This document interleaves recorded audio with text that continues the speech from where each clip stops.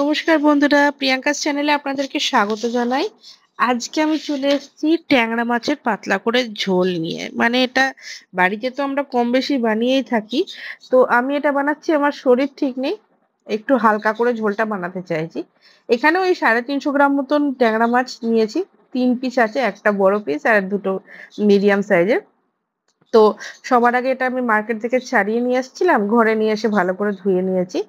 জল ঝরিয়ে একটু নুন হলুদ দিয়ে মেখে নিয়ে ওটাকে আমি সাইড করে রেখে দিচ্ছি। আর অন্যদিকে আমি আলু দিচ্ছি, আলু পেঁয়াজ দিয়ে ঝোলটা বানাচ্ছি। আপনারা চাইলে এর মধ্যে একটু বেগুন দিতে পারেন, বেগুন দিলে ঝোলটার টেস্টটা আর একটু সুন্দর হবে। আমার কাছে ছিল না, তো আমি শুধু আলু দিয়েই বানাচ্ছি।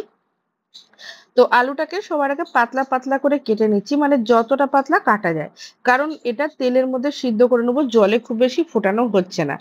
তো সেই জন্য পাতলা পাতলা করে কেটে আমি জলে দিয়ে ভালো করে ধুয়ে নিচ্ছি, কারণ এরপরে রান্নাটা আমি শুরু করছি। আর পেঁয়াজ নিচ্ছি, পেঁয়াজ আমি এখানে একটা একদম ফাইনলি চপ করে নিচ্ছি।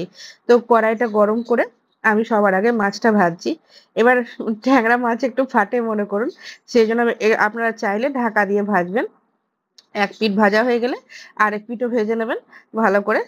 তো ইন বিটুইন দ্যাট আমি এর মধ্যে পেঁয়াজটাকে স্লাইস করে কেটে নিচ্ছি, ফাইনলি চপড চপড করে কাটছি। তো কাটা হয়ে যাচ্ছে। আর এরপর মাছটা যেটা আছে ভাজা হয়ে গেছে, মাছ ভাজা হয়ে গেলে আমি এটাকে তুলে সরিয়ে রাখছি।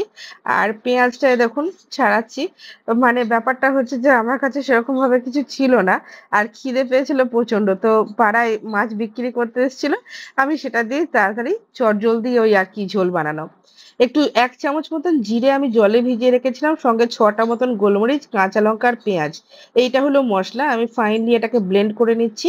জিরাটাকে যেহেতু ভিজিয়ে রেখেছিলাম, তাই জন্য এটা তাড়াতাড়ি ব্লেন্ড হয়ে যাবে। আপনারা চাইলে শুকনো লঙ্কা দিতে পারেন। আমি এর মধ্যে কিন্তু কোনো শুকনো লঙ্কা দিচ্ছি না, ঝোলটাকে একদমই লাইট বানাবার জন্য। তো আলুটাকে একটু চিপে দেখে নেবেন যে আলুটা যদি সিদ্ধ হয়ে গেছে, তেলটা একটু কমিয়ে নেবেন। তারপরে এই মশলাটা যেটাকে ব্লেন্ড করা হয়েছে সেটা আমি উপর থেকে দিয়ে দিচ্ছি। ভালো করে কষিয়ে নিতে হবে যতক্ষণ না তেল না বেরোচ্ছে। তো স্লো কুক করবেন, বেটার রইবে। যখন তেল বেরিয়ে যাবে তখন এর মধ্যে নুন আর হলুদ দিয়ে জল ঢেলে দেবেন। এরপরে এটাকে ফুটতে দেবেন। যখন ভালোভাবে ফুটে উঠবে, আলু তো অলমোস্ট সিদ্ধ হয়েই ছিল, মানে 70% যা আলুটা কুক হয়েই ছিল। আর একটু সুন্দরভাবে যখন ফুটে যাবে আলুটা, এ দেখুন খুন্তিতে করে একটু চিপে দেখে নিচ্ছি যে ভালো করে সিদ্ধ হয়েছে কিনা। তখন আমি মাছকোটাকে দিয়ে দিচ্ছি ওপর থেকে। মাছকোটা দিয়ে 5 মিনিট ফোটালেই রেডি হয়ে যাচ্ছে। আপনারা এইভাবে বানিয়ে যদি খিদে পেয়ে থাকে গরম গরম ভাতের সঙ্গে খেয়ে আপনারা জানাবেন, সঙ্গে একটু গন্ধরাজ বা কাগজি লেবু হলে তো আর কোনো কথাই হয় না। জানাবেন আপনাদের কেমন লাগলো। তো বন্ধুরা, ভিডিওটা আমি আজকের মতন এখানেই শেষ করলাম। আপনারা সবাই ভালো থাকবেন, সুস্থ থাকবেন, সাবধানে থাকবেন।